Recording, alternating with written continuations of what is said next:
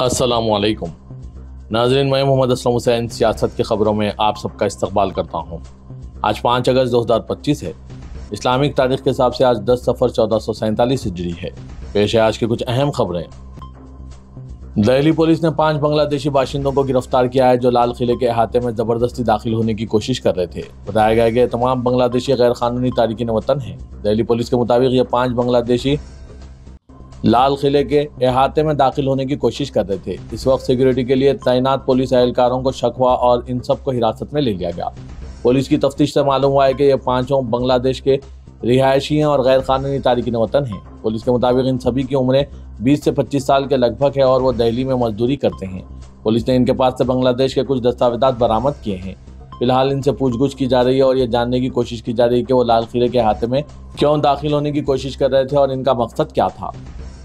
आज के इस खबरनामे को MS एजुकेशन की जानिब से स्पॉन्सर किया जा रहा है। At MS Creative School, we promote collaborative learning environment where we foster teamwork and innovation through project-based learning and design thinking. Our mentorship program empowers exceptional students while remedial support ensures everyone thrives. English proficiency programs like English Champs and English Heroes build confidence for all. Bihar में voter list की खुसूसी नजरसानी मुहिम के खिलाफ parliament में opposition के शदीद एहतजाज के आगे हुकूमत बेबस नजर आई। ऐवान की कार्रवाई शुरू होने के बाद सिर्फ 10 मिनट में दोपहर 2 बजे तक मुलतवी कर दी गई। कार्रवाई शुरू होते ही लोकसभा में स्पीकर ओम बिरला ने सवाल व जवाब का दौर शुरू कराया, लेकिन इसी दौरान अपोजिशन के अराकीन वोटर लिस्ट की खुसूसी नजरसानी के मसले पर बहस का मुतालबा करने लगे। अपोजिशन का इल्जाम है कि वोटर लिस्ट नजरसानी मुहिम इलेक्शन में धांधलियों का हिस्सा है। अपोजिशन लीडर ने हाल ही में इलेक्शन कमीशन पर अपने हमले तेज किए हैं। उन्होंने इल्जाम लगाया कि लोकसभा इलेक्शन 2024 में भी 70 से 100 सीटें बीजेपी इंतखाबी हेराफेरी की वजह से जीती है। उन्होंने इस सिलसिले में 100% सबूत होने का भी दावा किया है, जिसे उन्होंने एटम बम करार दिया है। राजस्थान हाईकोर्ट में अजमेर के ख्वाजा मोइनुद्दीन चिश्ती की दरगाह को हिंदू मंदिर होने का दावा करने वाले केस पर समाअत हुई है। ये समाअत राजस्थान हाईकोर्ट में पूजा की इजाजत देने के अजमेर डिस्ट्रिक्ट कोर्ट में चल रहे केस के खिलाफ दायर दरख्वास्त पर हुई। हाईकोर्ट ने तमाम फरीकीन को नोटिस जारी करते हुए 2 हफ्तों में जवाब दाखिल करने को कहा। हाईकोर्ट की जयपुर बेंच ने हुकूमत हिंद की अक़लियती उमूर की वजारत, आसार क़दीमा के सर्वे ऑफ इंडिया और अजमेर कोर्ट में मुकदमा दायर करने वाले हिंदू सेना के सदर विष्णु शर्मा को नोटिस जारी किया। दरगाह के खादिमों की 2 तंजीमों ने हाईकोर्ट में यह दरख्वास्त दायर की। हाईकोर्ट में दायर दरख्वास्त में अजमेर की जिले अदालत में जारी समाअत को रोकने का मुतालबा किया गया है। दी गई दलील यह है कि अश्विनी कुमार के मामले में सुप्रीम कोर्ट ने मुल्क की तमाम अदालतों को मजहबी मुकामात से मुतालिक जारी तनाज़े में कोई भी अबूरी हुक्म जारी करने से मना कर दिया है। किसी भी हतमी या अबूरी हुक्म इबादत गाहों के एक्ट 1991 के फैसले के बाद ही पास करने को कहा गया था। अर्जी में कहा गया है कि सुप्रीम कोर्ट के स्टे के बावजूद अजमेर डिस्ट्रिक्ट कोर्ट दरगाह तनाज़ा केस की मुसलसल समाअत कर रही है। फरीकीन से जवाबात लिए जा रहे हैं और इनके कागजात भी रिकॉर्ड पर लिए जा रहे हैं।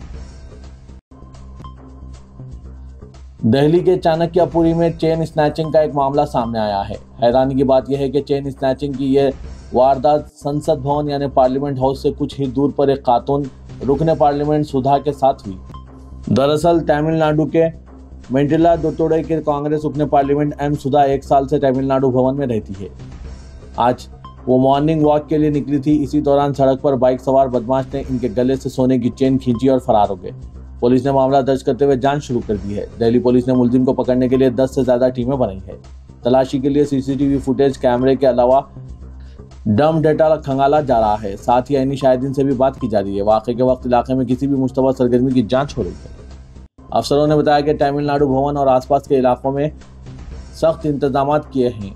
वाक़े के बाद कांग्रेस रहनुमा और लोकसभा रुकन पार्लियामेंट प्रियंका गांधी सुधा को लोकसभा स्पीकर के पास लेकर गई और मामले की शिकायत की। उत्तर प्रदेश पुलिस के इंसदाद दहशतगर्दी दस्ते ने बदलापुर मशरिक में वाक़ एक अस्पताल में फ़राइज़ अंजाम देने वाले डॉक्टर उसामा शेख को ममनुआ तंजीम सेमी से ताल्लुक़ रखने के इल्ज़ाम में गिरफ्तार कर लिया। ये गिरफ्तारी पीर की शाम अमल में आई। गिरफ्तारी के बाद डॉक्टर उसामा को उल्हासनगर कोर्ट में पेश करके ट्रांजिट रिमांड हासिल करने के बाद उत्तर प्रदेश पुलिस इसे अपने साथ लेकर उत्तर प्रदेश के लिए रवाना हो गई। उसामा होम्योपैथी के डॉक्टर हैं और निजी अस्पताल में काम कर रहे थे। उत्तर प्रदेश ATS ने मुकामी पुलिस की मदद से इस कार्रवाई को अंजाम दिया। ज़राए के मुताबिक किसी हसास मामले में UP ATS को डॉक्टर उसामा शेख की तलाश थी, ताहम इस सिलसिले में तफसीलात फराहम नहीं की गई है। अलबत्ता इन पर दहशतगर्दाना सरगर्मियों में मुलविस होने का इल्जाम लगाया गया है। रियासत उत्तर प्रदेश में हो रही मुसलसल बारिश ने शदीद तबाही मचा रखी है, जिसके नतीजे में 1 डजन से ज्यादा अफराद की अमवात हो गई और कई इलाकों में सैलाब की सूरत हाल पैदा हो गई। रियासत के 46 से ज्यादा अजला में शदीद बारिश के बाद अलर्ट जारी किया गया है। 22 अजला में 12वीं तक के स्कूल बंद कर दिए गए हैं और मुतासरा इलाकों में उजरा व अफसरान को रात में क़याम करने की हिदायत जारी की गई। रियासती हुकूमत की जानिब से मुतासरा इलाकों में फौरी इमदादी कार्रवाइयाँ शुरू कर दी गई और वज़ीर आला योगी आदित्यनाथ ने चंद मुतासरा अजला का दौरा भी किया है। वज़ीर आला ने मुतालिका अफसरान को हिदायत दी है कि वो लोगों की मदद के लिए फौरी इक़दाम करें और सैलाब से मुतासरा इलाकों में राहत रसानी के कामों को तरजीही बुनियादों पर मुकम्मिल करें। वज़ीर आला ने राहत रसानी के लिए 11 रुकनी उजरा का ग्रुप तश्कील दिया है और इन्हें आला अफसरान के साथ मुतासरा इलाकों में रात में क़याम करने की हिदायत दी है ताकि सैलाब ज़दा लोगों की मदद और इनकी तकालीफ का अजाला किया जा सके। उत्तर प्रदेश के मऊ के साबिक़ मेंबर असेंबली मरहूम मुख्तार अंसारी के छोटे बेटे उमर अंसारी को गाजीपुर पुलिस ने लखनऊ से गिरफ्तार कर लिया है। उमर अंसारी पर अपने वालिद मुख्तार अंसारी की जब्त जायदाद छुड़ाने के लिए अदालत में दायर एक दरख्वास्त में अपनी वालिदा अफशा अंसारी के जाली दस्तखत करने का इल्जाम है। जब्त जायदाद की तखमीना कीमत 10 करोड़ रुपए बताई जा रही है। पुलिस सुपरिटेंडेंट गाजीपुर डॉक्टर इरज राजा ने इन्हें मीडिया के रूबरू पेश किया। इस सिलसिले में प्रेस कॉन्फ्रेंस के दौरान पुलिस सुपरिटेंडेंट डॉक्टर राजा ने बताया कि इस मामले में उमर अंसारी के खिलाफ मोहम्मदाबाद कोतवाली थाने में एक मुकदमा दर्ज किया गया है। मुख्तार अंसारी की जायदाद गैंगस्टर एक्ट के तहत जब्त की गई थी। इस जायदाद को छुड़ाने के लिए उमर अंसारी ने गाजियापुर अदालत में एक मुकदमा दायर किया था। इल्जाम है कि इसके लिए उमर अंसारी ने जाली दस्तावेजात तैयार कराए और अपनी वालिदा अफशा अंसारी के जाली दस्तखत भी बनाए, जिसकी इत्तला सरकारी वकील के जरिए पुलिस को मिली थी, जिस पर पुलिस ने गुज़िश्ता रोज उमर अंसारी और इनके वकील लियाकत अली के खिलाफ जालसाजी समेत दीगर संगीन दफात में थाना मोहम्मदाबाद में मुकदमा दर्ज किया था। हिंदुस्तानी क्रिकेट टीम के तेज गेंदबाज मोहम्मद सिराज ने मैच में खैर ढाते हुए ओवल टेस्ट को दिलचस्प बना दिया, जिसकी बदौलत हिंदुस्तान को आखिरी टेस्ट में 6 रनों से तारीखी कामयाबी हासिल हुई। आखिरी रोज इंग्लैंड को जीत के लिए 34 रन दरकार थे, जबकि हिंदुस्तान को जीत के लिए 4 विकेटें दरकार थी। हिंदुस्तान ने मोहम्मद सिराज जो 5 विकेटें लिए और प्रसिद्ध कृष्णा की खतरनाक गेंदबाजी जो 4 विकेटें की बदौलत 5वें टेस्ट मैच के 5वें दिन पीर के रोज पहले सेशन में इंग्लैंड को दूसरी इनिंग्स में 367 रन पर आउट करके मुकाबला 6 रन से जीत लिया। इसके साथ ही हिंदुस्तान ने 5 मैचों की सीरीज में 2-2 से बराबर कर दी। सदर कुल हिंद मजलिस इत्तेहादुल मुस्लिमीन और रुकन पार्लियामेंट हैदराबाद असदुद्दीन ओवैसी ने इंग्लैंड के खिलाफ 5वें क्रिकेट टेस्ट मैच में हिंदुस्तान की सनसनीखेज कामयाबी में अहम रोल अदा करने पर फास्ट बॉलर मोहम्मद सिराज की मुनफरिद अंदाज में सताइश की है। सदर मजलिस ने सोशल मीडिया प्लेटफॉर्म एक्स पर हैदराबादी अंदाज में सिराज की तारीफ की। इस मखसूस अंदाज पर शायकीन क्रिकेट और सोशल मीडिया इस्तेमाल कुनिंदगान काफ़ी महजूज है। ओवैसी ने सोशल मीडिया प्लेटफॉर्म एक्स पर लिखा कि हमेशा की तरह सिराज एक विनर है, जैसा कि हम हैदराबादी में कहते हैं, पूरा खोल दिए पाशा। ओवैसी क्रिकेट के एक मदाह हैं, वो खुद भी एक बेहतरीन क्रिकेटर रह चुके हैं। हिंदुस्तान ने इंग्लैंड को 5वें टेस्ट मैच में शिकस्त देते हुए एंडरसन तेंदुलकर ट्रॉफी 2-2 से बराबर कर दी। ओवल में हिंदुस्तानी टीम ने एक शानदार कामयाबी हासिल की है। सिराज को मैन ऑफ द मैच करार दिया गया है, जिन्होंने पहली इनिंग्स में 4 और दूसरी इनिंग्स में 5 विकेट हासिल किए। अमेरिका के सदर डोनाल्ड ट्रंप ने हिंदुस्तान पर 25% टैरिफ आयद करने का ऐलान किया। इस फैसले पर रद्द-ए-अमल जाहिर करते हुए जम्मू कश्मीर के साबिक़ वज़ीर आला और नेशनल कॉन्फ्रेंस के सदर डॉक्टर फारूक अब्दुल्ला ने कहा कि इसका असर हर किसी पर पड़ रहा है। अचानक ट्रंप पाकिस्तान के दोस्त बन गए हैं। वो चाहते हैं कि हम रूसी तेल ना खरीदें, लेकिन फिर भी उन्होंने पाकिस्तान से वादा किया है कि वो इन्हें काम तेल भेजेंगे। अब हमारा कोई दोस्त बाकी नहीं बचा है, यहाँ तक कि हमारे पड़ोसी भी हमारे दोस्त नहीं रहे। हमने ये दिखाने की कोशिश की है कि हम उनसे ज़्यादा ताकतवर हैं, इसके बजाय कि हम ये सोचते हैं कि हम सब एक साथ हैं। डॉक्टर फारूक अब्दुल्ला ने कहा कि इन्हें जम्मू कश्मीर में किसी किस्म के जल्द अमन कायम होने की उम्मीद नजर नहीं आती। मालेगांव 2008 बम ब्लास्ट के मुकदमे में दहशतगर्दी के मुलजिमीन को NIA की खुसूसी अदालत के जरिए नाकाफी शवाहिद के नाम पर बरी किए जाने को जमात उल माहिन ने बॉम्बे हाई कोर्ट में चैलेंज करने का फैसला किया। इस सिलसिले में जमात उल माहिन के सदर मौलाना अरशद मदनी की हिदायत पर सीनियर वकला पर मुश्तमिल कमेटी तश्कील दी गई है। दहशतगर्दी के मुलजिमीन को इस तरह से बरी किए जाने के बाद से ही इंसाफ पसंद तबका और मुतासरीन शदीद मायूस और फिक्रमंद हो गए हैं। इस ताल्लुक से मुंबई में बम धमाका मुतासरीन को कानूनी इमदाद फराहम करने वाली तंजीम जमात उल उलमा महाराष्ट्र सदर जमात उल माहिन मौलाना अरशद मदनी की हिदायत पर खुसूसी NIA अदालत के फैसले के खिलाफ बॉम्बे हाईकोर्ट में बम धमाका मुतासरीन की जानिब से अपील दाखिल करेगी। इस फैसले की असल कॉपी हासिल करने के लिए सेशन कोर्ट रजिस्ट्रार डिपार्टमेंट से रुजू किया गया है। तेलंगाना के वज़ीर-ए-आला रेवंत रेड्डी ने कहा कि 20 माह की मुद्दत में तेलंगाना ग्लोबल कैपेबिलिटी सेंटर के आलमी मरकज में तब्दील हो चुका है। चीफ मिनिस्टर ने गच्चीबोली में अमेरिकी फार्मा कंपनी एली लिली के ग्लोबल कैपेबिलिटी सेंटर का इफ्तिताह अंजाम दिया। इस मौके पर वजीर इंफॉर्मेशन टेक्नोलॉजी डी श्रीधर बाबू मौजूद थे। वज़ीर-ए-आला ने खिताब करते हुए कहा कि हैदराबाद हिंदुस्तान में लाइफ साइंसेज के दारुल-हुकूमत के तौर पर अपनी शिनाख्त बना चुका है। उन्होंने कहा कि तेलंगाना राइजिंग 2047 विजन की तकमील के लिए तेलंगाना जीसीसी की तरक्की मददगार साबित होगी, जिसके नतीजे में $1 ट्रिलियन मईशत के निशाने की तकमील की जा सकती है। वज़ीर-ए-आला ने कहा कि अमेरिकी फार्मा कंपनी के क़याम से यह बात साबित हो चुकी है कि महज 20 माह की मुद्दत में वजीर इंफॉर्मेशन टेक्नोलॉजी श्रीधर बाबू की मसाई के नतीजे में हैदराबाद ग्लोबल कैपेबिलिटी सेंटर के आलमी मरकज के तौर पर उभरा है।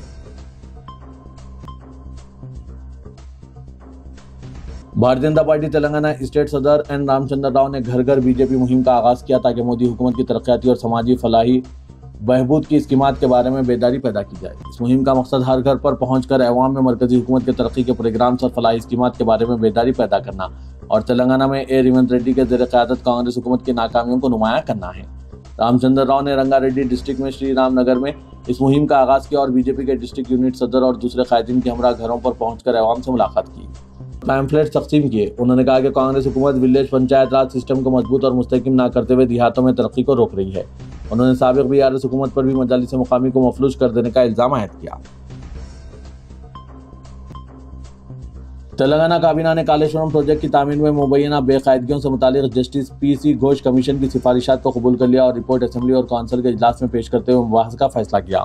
वज़ीर-ए-आला तेलंगाना रेवंत रेड्डी की सदारत में काबीना का इजलास सेक्रेटरीट में मुनक़िद हुआ, जिसका वाहिद agenda justice PC Ghosh commission की रिपोर्ट था। इजलास में कमीशन की रिपोर्ट पेश की गई और वजीर आपाशी उत्तम कुमार रेड्डी ने रिपोर्ट के अहम निकात पर पावर पॉइंट प्रेजेंटेशन पेश किया। हुकूमत ने 665 सफ़ात पर मुश्तमिल रिपोर्ट का जायजा लेते हुए एक जामे नोट तैयार करने के लिए 3 आला अहदेदारों पर मुश्तमिल कमेटी तश्कील दी गई। कमेटी में आपाशी, जीएडी और लॉ एंड डिपार्टमेंट्स के प्रिंसिपल सेक्रेटरीज को शामिल किया गया है। इंग्लैंड के खिलाफ तारीखी टेस्ट में टीम इंडिया को फतेह से हमकिनार कराने वाले हैदराबादी खिलाड़ी मोहम्मद सिराज की शानदार बॉलिंग की रियासत तेलंगाना के वजीर sport V Srihari, DGP doctor Jitendra, Hyderabad के commissioner police C V Anand, Majlis के सदर असदुद्दीन ओवैसी और निजामाबाद के कमिश्नर पुलिस चैतन्या ने भरपूर मुबारकबाद पेश की। कमिश्नर पुलिस हैदराबाद सीवी आनंद ने फेसबुक पर लिखा कि अपने हैदराबाद का सिराज क्या डाला भाई, मजा आ गया, बड़ा दिल वाला है। इनके अलावा डीजीपी डॉक्टर जितेंद्र ने भी सोशल मीडिया पर सिराज की तारीफ की। हजरत मोहम्मद सिराज को तेलंगाना पुलिस की जानिब से एजाजी डीसीपी मुकर्रर किया गया है। शहर हैदराबाद के मुख्तलिफ इलाकों में पीर की दोपहर शदीद बारिश के सबब secretariat bus stop, city central zone के कई इलाके ज़ेर-ए-आब आ गए। बारिश के नतीजे में आम जिंदगी मफलूज हो गई। गच्चीबोली के ख्वाजागुड़े में लैंडको हिल सर्कल एचपी पेट्रोल पंप के करीब दरख्त पर अचानक बिजली गिर पड़ी, जिसके नतीजे में दरख्त जलकर खाकस्तर हो गया। इस वाक़े के साथ राहगीरों और मुकामी अफराद में सनसनी फैल गई, जो जान बचाने के लिए दौड़ पड़े। इसी तरह नीम्स के पीछे बारिश के दौरान एक बड़ा दरख्त गिर गया, जिससे पंजागुट्टा बंजारा हिल्स रूट पर ट्रैफिक जाम हो गई। ये दरख्त मोटरसाइकिल पर गिर पड़ा, जिससे वो मुकम्मल तौर पर तबाह हो गई। दरख्त का कुछ हिस्सा एक कार के अगले हिस्से पर गिरा। इस वाक़े में ड्राइवर महफूज रहा। नामपल्ली स्टेशन रोड पर वाक़े कामत होटल तक पानी पहुंच गया, जिसके सबब होटल भी खाना खाने के लिए पहुंच गए, ग्राहक फंस गए।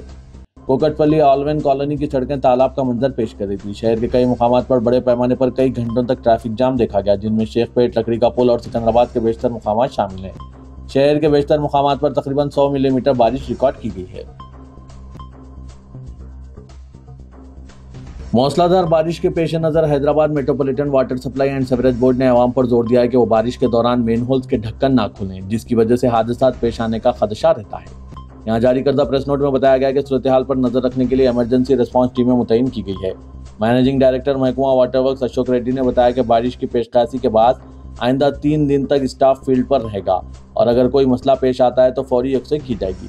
उन्होंने कहा कि महकमा वाटर वर्क्स शहर भर में मियारी पानी की सरबराही को यकीनी बनाने के लिए तमाम दरकार इक़दाम कर रहा है। तेलंगाना के वज़ीर-ए-आला रेवंत रेड्डी ने हैदराबाद और दीगर अजला में मौसलाधार बारिश के पेश नज़र तमाम जिला कलेक्टर्स और मुख्तलिफ महकमाजात के अहदेदारों को चौकसी की हिदायत दी। वज़ीर-ए-आला ने बारिश की सूरत हाल पर आला अहदेदारों के साथ मुशावरत की। वज़ीर-ए-आला ने कहा कि बारिश के पेश नज़र किसी भी इलाके में आवाम को दुश्वारी ना होने पाए, इस सिलसिले में अहदेदारों को एहतियाती कदम उठाने चाहिए। उन्होंने नशेबी इलाकों से मुतासरा आवाम को मुंतकिल करने और राहत के इक़दाम की हिदायत दी है। ग्रेटर हैदराबाद म्यूनसिपल कॉरपोरेशन के अलावा मौसलाधार बारिश से मुतासरा रियासत के दीगर इलाकों में भी सरकारी महकमाजात को चौकसी की चीफ मिनिस्टर ने हिदायत दी। सियासत ऑडिटोरियम आज उस वक्त आईटी, कंप्यूटर साइंस, मैकेनिकल और सिविल इंजीनियर्स के साथ एमबीए, बीबीए, एमसीए जैसे पेशेवाराना डिग्रियों के हामिल नौजवानों से खचाखच भर गया जब सियासत हब फाउंडेशन ने टॉमकॉम के इश्तराक से बैरूनी ममालिक में मुख्तलिफ जायदादों पर भर्तियों के लिए इंटरव्यूज़ का स्क्रीनिंग राउंड मुनक़िद किया, जिसमें न सिर्फ हैदराबाद बल्कि तेलंगाना के मुख्तलिफ अजला, कर्नाटक और चेन्नई के नौजवान इंजीनियर्स व पेशेवाराना माहिरीन ने शिरकत की और अपने सीवीज़ और दीगर दस्तावेजात की नकुल सियासत हब फाउंडेशन और Telangana overseas man power company हुकाम के हवाले किए। वज़ीर के सियासत हब फाउंडेशन न्यूज़ एडिटर सियासत और रुकन कानून साज कौंसल जनाब आमिर अली खान की पहल है, जिसका मकसद फर्जंदान व दुख्तरान मिल्लत को तालीमी और ख़ास तौर पर मुआशी तौर पर मुस्तहकीम बनाना है। टॉमकॉम अहदेदार बशमुल डिस्ट्रिक्ट एम्प्लॉयमेंट ऑफिसर शबना और ऑफिसर इंचार्ज आतिश कुमार मिश्रा, डायरेक्टर सियासत हब जाहिद फारूकी ने मुत्तहदा अरब इमारात, मुमलिकत, कतर, जापान और फिजी में मुलाजमतों के ख्वाह उम्मीदवारों की रहनुमाई की, इनके सीवीज़ हासिल किए। जनाब आमिर अली खान ने बनफ़ से नफीस उम्मीदवारों की रहनुमाई करके नेक तमन्नाओं का इजहार किया। बैरून मुल्क मुलाजमतें हासिल करने में दिलचस्पी रखने वाले बीई, बीटेक और एमबीए बुरखापोश लड़कियां भी मौजूद थी। अपने खिताब में आमिर अली खान ने कहा कि रोज़नामा सियासत ने हमेशा मिल्लत की तालीमी तरक्की को अहमियत दी और अब हम मिल्लत की मुआशी तरक्की को यकीनी बनाने में मसरूफ़ हो गए हैं। रोज़नामा सियासत ने अपने आगाज़ से ही मिल्लत की खैर ख्वाही, इसकी तालीमी व मुआशी तरक्की को अपना निस्बुल ऐन बनाया। इनका यह भी कहना था कि मुझे एमएलसी बनाकर एक अहम जिम्मेदारी सौंपी गई और मुझ पर भरोसा किया गया। ऐसे में मैंने सोचा कि कुछ ऐसा करूं जिससे मिल्लत का भला हो। उन्होंने कहा कि 70 से 80 के दहे में जब खलीजी ममालिक में रोज़गार के दरवाजे खुले तब कौम हाकिम से महकूम बन गई थी। मायूसी का दौरा था। सियासत ने times of India, Hindustan times और दीगर अंग्रेजी अखबारात में खलीजी ममालिक में भर्तियों के इश्तिहारात मुफ्त शाये करने शुरू किए। नतीजे में हज़ारों बेरोज़गार नौजवानों को खलीजी मुल्कों में रोज़गार मिला और मुलाजमतों के पुरकशिश मौके हासिल हुए और देखते ही देखते हैदराबाद और मुत्तहदा आंध्र प्रदेश के मुख्तलिफ इलाकों के नौजवानों ने मिल्लत को खलीज में रोज़गार मिलने लगा और हमारी मुआशी तरक्की की राहें हमवार हुई। जब अखबार शुरू करे थे तो 79 में जब गल्फ़ का बूम शुरू हुआ था तो रोज़ाना शाम में times of India, statesman, Hindustan times, ये अखबारात दिल्ली और बम्बई से शाम में आते थे। उस वक्त हमारे को मिलते थे शाम में। तो नेक्स्ट डे हम वो अखबार में से जो आप रिक्रूटिंग एजेंसी की बात करें, उनके प्राइवेट एडवर्टाइजमेंट्स आते थे, हम हमारे सियासत में फ्री में छापते थे ताकि लोगों को नौकरी मिल जाएंगी तो उनकी इकोनॉमी, घर की इकोनॉमी सुधर जा सकती।